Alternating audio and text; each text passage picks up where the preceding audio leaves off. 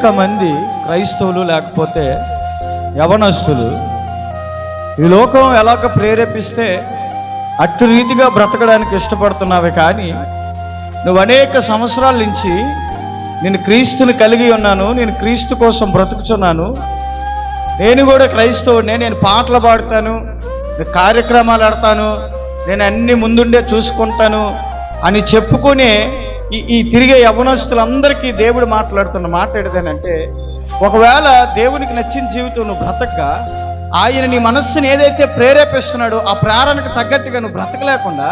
ఈ లోకంలో ఎవడు పడితాడు ప్రేరేపిస్తే ఆ ప్రేరణకు తగ్గట్టుగా నువ్వు బ్రతికిన వ్యక్తిగా అయితే,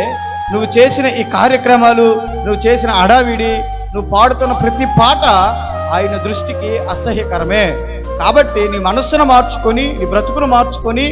దేవుని మందిరంలో నువ్వు ఆయన కోసం బ్రతికిన వ్యక్తివైతే, నువ్వు యవనబిడ్డవైతే, నీ జీవితంలో నువ్వు ఏ కార్యం చేసినా దేవునికి మహిమ వస్తుంది తప్ప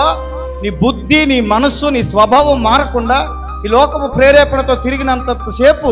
నువ్వు దేవుని కోసం ఏ కార్యం చేసినా అది వ్యర్థమే, ఆయన దృష్టికి అసహ్యమే, దేవునికి అది అవమానమే తప్ప